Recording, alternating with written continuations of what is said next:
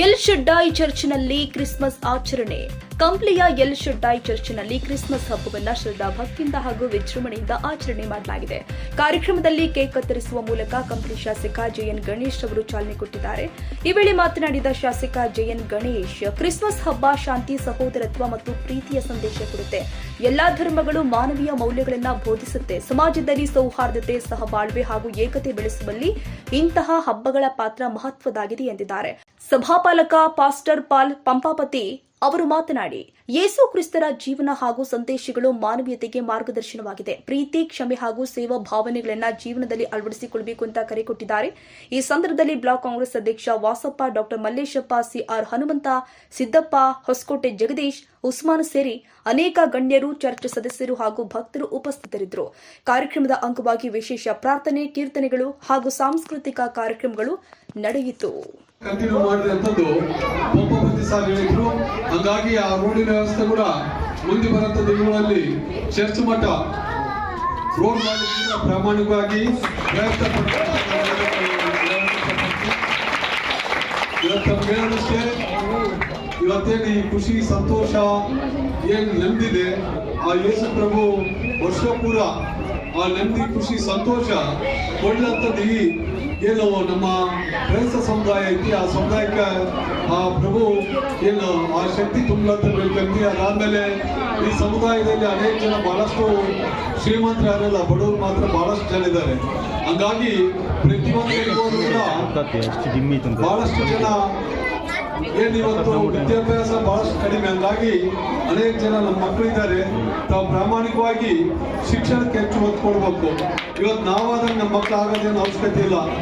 ನಾವು ಹೆಂಗಿರ್ತೀವಿ, ನಮ್ಮ ಮಕ್ಕಳು ಅದಕ್ಕಿಂತ ಒಂದು ಪಟ್ಟು ಮೇಲೆ ಬರಬೇಕಾದ್ರೆ ಶಿಕ್ಷಣ ಬಹಳಷ್ಟು ಮುಖ್ಯ. ಹಂಗಾಗಿ ಶಿಕ್ಷಣಕ್ಕೆ ಹೆಚ್ಚು ಒತ್ತು ಕೊಟ್ಟು ನಮ್ಮ ಮಕ್ಕಳು ಕೂಡ ಸಮಾಜದಲ್ಲಿ ಮುಂದೆ ಬರಲಿಕ್ಕೆ ಶಿಕ್ಷಣದ ಬಹಳಷ್ಟು ಅವಶ್ಯಕತೆ ಇದೆ. ಹಾಗಾಗಿ ನಾವೆಲ್ಲ ಶಿಕ್ಷಣಕ್ಕೆ ಅವಕಾಶ ಕೊಡಬೇಕು. ಇವತ್ತೇನು ಹಿಂದೂ, ಮುಸ್ಲಿಂ, ಕ್ರಿಶ್ಚಿಯನ್ ಇರ್ಬೋದು, ಎಲ್ಲ ಸಮಾಜದಲ್ಲಿ ಹಿಂದೂಗಳು ಗುಡಿಗಳಿಗೆ ಹೋದ್ರೆ ಮುಸಲ್ಮಾನರು ಮಸೀದಿಗೆ ಹೋಗ್ತಾರೆ, ಕ್ರಿಶ್ಚಿಯನ್ನು ಚರ್ಚಿಗೆ ಬರ್ತಾರೆ. ಹಾಗಾಗಿ ಇವು ಯಾವ ಕೂಡ ಬರಲ್ಲ. ಯಾಕಂದ್ರೆ ಇವು ಎಲ್ಲಕ್ಕಿಂತ ದೊಡ್ಡ ಗುಣ ಅಂದ್ರೆ ಮನುಷ್ಯತ್ವ, ಅಂದ್ರೆ ಮಾನವೀಯತೆ. ಇವತ್ತು ಬಡತನ ಎಲ್ಕಂಡು ಬಂದಿದ್ದೆ, ಅದು ಯಾವುದೇ ಜಾತಿ ಹುಟ್ಟಲು ಮನುಷ್ಯ, ಹಿಂದೂನಲ್ಲಿ ಹುಟ್ಲಿ, ಮುಸ್ಲಿಂನಲ್ಲಿ ಹುಟ್ಲಿ, ಕ್ರೈಸ್ತರಲ್ಲಿ ಯಾವುದೇ ಸಮಾಜದಲ್ಲಿ ಹುಟ್ಲಿ, ಬಡತನ ಕಷ್ಟ ಅಂದಲ್ಲಿ ಯಾರು ಅಂಥವ್ರಿಗೆ ಸ್ಪಂದಿಸ್ತಾರೆ, ಆ ದೇವರು ಎಲ್ಲಾ ದೇವರುಗಳು ಅದಕ್ಕೆ ಆಶೀರ್ವಾದ ಕೊಡ್ತಾನೆ. ಹಾಗಾಗಿ ಈ ಸಮಾಜದಲ್ಲಿ, ಯಾವುದೇ ಸಮಾಜದಲ್ಲಿ ಬಡತನ ಮತ್ತೊಂದು ಇನ್ನೊಂದು ಕಷ್ಟದಂತ ಸಂದರ್ಭ ಬಂದಾಗ ಒಬ್ಬ ಮಾನವೀಯವಾಗಿ ಅವ್ರಿಗೆ ಸಹಾಯ ಮಾಡುವಂಥ ಗುಣಗಳು ನಮ್ಮಲ್ಲಿ ಬೆಳ್ಕೊಳ್ಬೇಕಾಗ್ತೈತಿ. ಅದೇ ರೀತಿ ನಮ್ಮ ಮಕ್ಕಳಿಗೆ ಶಿಕ್ಷಣದ ಜೊತೆಗೆ ತಾವು ಸಮಾಜದಲ್ಲಿ ಯಾವ ರೀತಿ ಬದುಕಬೇಕು. ಯಾಕಂದ್ರೆ ಇತ್ತೀಚಿನ ದಿನಗಳಲ್ಲಿ ಬಹಳಷ್ಟು ಏನೊಂದು level SLC first year, second year ಬಂದ್ಕೊಳ್ಳೆ ಮಕ್ಕಳು ಬಹಳಷ್ಟು ಕೆಟ್ಟೋಗಂತ ಏನು ಸಿಚುವೇಶನ್ಗಳು ನಾವು ನೋಡಿದ್ದೀವಿ. ಹಾಗಾಗಿ ಮಕ್ಕಳಿಗೆ ಸಮಾಜದಲ್ಲಿ ನಾವು ಯಾವ ರೀತಿ ಬದುಕಬೇಕು, ದೊಡ್ಡವರಿಗೆ ಯಾವ ರೀತಿ ಗೌರವ ಕೊಡಬೇಕು, ನಮ್ಮ ಜೀವನ ಶೈಲಿ ಯಾವ ರೀತಿ ಇರ್ಬೇಕು ಅನ್ನೋದು ಮಕ್ಕಳಿಗೆ ತಾವೆಲ್ಲ ಹೇಳ್ಕೊಡ್ಬೇಕಾಗ್ತೈತಿ. ಹಾಗಾಗಿ ಮಕ್ಕಳ ಸಮಾಜದಲ್ಲಿ ಮುಂದೆ ಬರಬೇಕಂದ್ರೆ ಶಿಕ್ಷಣಕ್ಕೆ ಹೆಚ್ಚು ಒತ್ತು ಕೊಟ್ಟು ಕೆಲಸ ಮಾಡ್ಬೇಕಾಗ್ತೈತಿ. ಹಾಗಾಗಿ ಇವತ್ತೇನು ಸರ್ಕಾರದಿಂದ ಬರುವಂತ ಅನೇಕ ಸೌಲಭ್ಯಗಳಿದ್ದಾವೆ.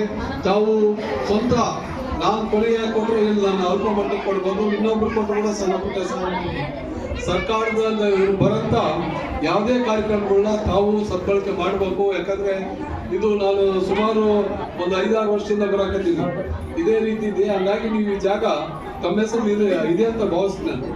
ಇದ್ರೆ ಅದು ಇಮಿಡಿಯೇಟ್ಲಿ ಸೇರಿಸ್ಕೊಂಡ್ರೆ ಸುಮಾರು, ನಾನು ಹೇಳಲ್ಲ, ಶಕ್ತಿ ಮೀರಿ ಅದೆಷ್ಟು ದುಡ್ಡು ಕೊಡೋಕ್ಕಾಗ್ತೈತಿ ಅಷ್ಟು ನಾನು ಮಾಡ್ಕೊಡ್ಲಿಕ್ಕೆ ರೆಡಿ ಇದ್ದೀನಿ. ಹಂಗಾಗಿ ಅಂದ್ರೆ ಅರ್ಥ ಏನಂದ್ರೆ ತನ್ನ ಜನರನ್ನ ಪಾಪಗಳಿಂದ ಬಿಡಿಸಿ ಕಾಯುವವನು ಯೇಸು ಅಂತ ಹೇಳುವುದಾದ್ರೆ ರಕ್ಷಕನು.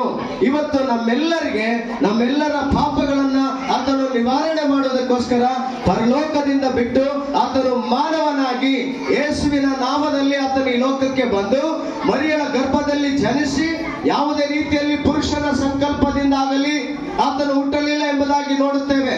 ಆಕೆ ಮರಿಯಳು ಗರ್ಭ ಆಗಿದೆ ಯಾವ ರೀತಿಯಾಗಿ, ಪವಿತ್ರಾತ್ಮನಿಂದ ಆಕೆಯು ಗರ್ಭವತಿಯಾಗಿ ಒಬ್ಬ ಮಗನನ್ನು ಹಡಿತಾಳೆ ಎಂಬುದಾಗಿ ವಾಕ್ಯದಲ್ಲಿ ಹೇಳಿದ ಪ್ರಕಾರವಾಗಿ ಯೇಸು ಯಾವುದೇ ಆತನಲ್ಲಿ ಪಾಪ ಇಲ್ಲ ಎಂಬುದಾಗಿ ನಾವು ನೋಡುತ್ತೇವೆ.